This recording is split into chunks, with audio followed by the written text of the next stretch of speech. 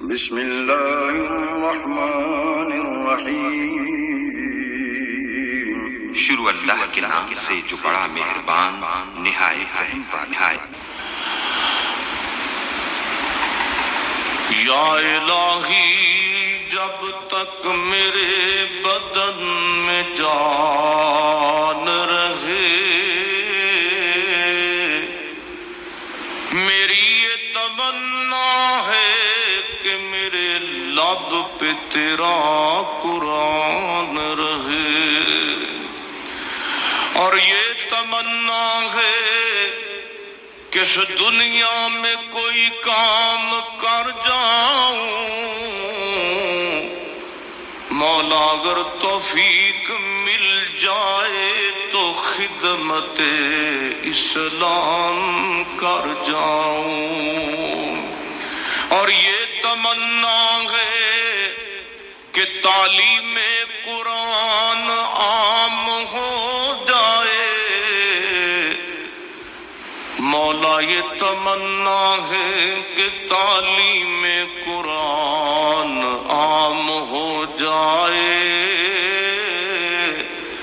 تمام پرچموں سے اونچا پرچم اسلام ہو جائے۔ تو رحیم ہے، تو کریم ہے،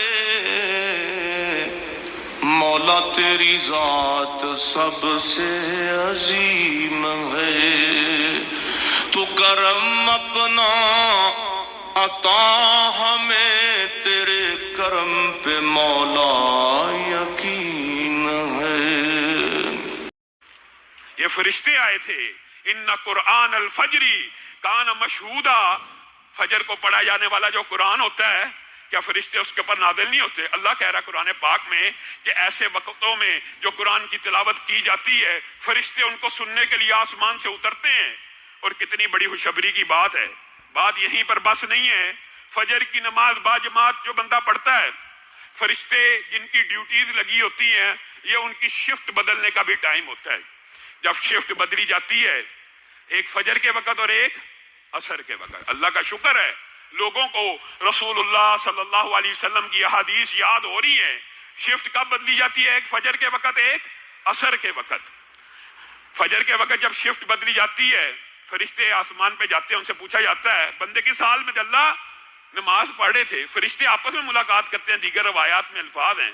فجر والے جب عصر والوں کو رجسٹر تھما کے جاتے ہیں، عصر میں بھی وہ بندہ مسجد میں حاضر ہوتا ہے، فجر میں بھی وہ بندہ مسجد میں حاضر ہوتا ہے۔ اور یہ نصیب، یہ فضیلت، یہ مقام و مرتبہ اسی کو ملنا ہے جو باجماعت نماز کو فرض سمجھتا ہے، جو گھر میں نماز پڑھنے کو، کرونا بیماری آ گئی ہے، اب گھر ہی میں نمازیں پڑھنی ہیں، اب مسجدوں کا رخ نہیں کرنا۔ جن کے یہ عقائد ہیں، اللہ تعالیٰ ان کو بھی ہدایت دے۔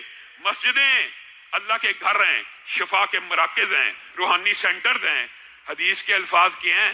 حدیث کے الفاظ یہ ہیں، جب فرشتے کسی بندے کو فجر میں بھی حاضر دیکھتے ہیں اور عصر میں بھی حاضر دیکھتے ہیں تو اللہ کے سامنے ہاتھ پھیلا دیتے ہیں۔ فرشتے اللہ کے سامنے ہاتھ پھیلا دیتے ہیں اور کہتے ہیں اللہ کل قیامت کے دن اس بندے کو معاف کر دینا، کل قیامت کے دن اس بندے کو معاف کر دینا۔ اور میرے بھائیوں، قرآن پاک کی جو شان و عظمت ہے ہم اس کو سمجھ نہیں سکے۔ اللہ کی قسم، ہمارے اسلاف امام مالک کے، امام احمد ابن حنبل کے الگ الگ اگر آپ واقعات صرف اس کتاب کی محبت کے سنیں، آپ حیران رہ جائیں۔ امام مالک حدیث کا درس رمضان میں بند کر دیا کرتے تھے، کہتے تھے یہ مہینہ قرآن کا مہینہ ہے، بڑی بڑی دور سے بھی کوئی فتویٰ لینے آ جاتا تھا تو ایک نظر بھی اٹھا کے نہیں تھے دیکھتے کہ میں قرآن کو پڑھتا ہوں۔ اس لیے ہمارے اسلاف نے جب دنیا سے کہ اپنے بچوں کو نصیحتیں بھی کر دی، اے میرے بیٹے، اے میری بیٹی، گھر کے اس حصے میں نے 5000 مرتبہ، کسی نے کہا 3000 مرتبہ، کسی امام نے کہا 7000 مرتبہ گھر کے اس ٹکڑے میں قرآن پاک کو ختم کیا ہے۔ اب گھر کے اس ٹکڑے کی عزت بھی رکھنا، احترام بھی رکھنا۔ فرشتے یہاں پہ نازل بھی ہوتے رہے ہیں، ہمارے امام قرآن پاک کے ساتھ یہ تعلق رکھتے ہیں۔ اور میرا اور آپ کا کیا تعلق ہے؟ آج رمضان آدھا گزر گیا ہے، کتنی مرتبہ قرآن پاک کو ختم کیا ہے۔ صحابہ بیان کرتے ہیں، صحابہ، ایک صحابی کی یہ صحیح سند کے ساتھ بات موجود ہے کہ انہوں نے کہا جب قرآن پاک کو ختم کرتا تھا، قرآن پاک کو پڑھیں بالعموم صحابہ تو 3 دن میں ختم کر لیا کرتے تھے،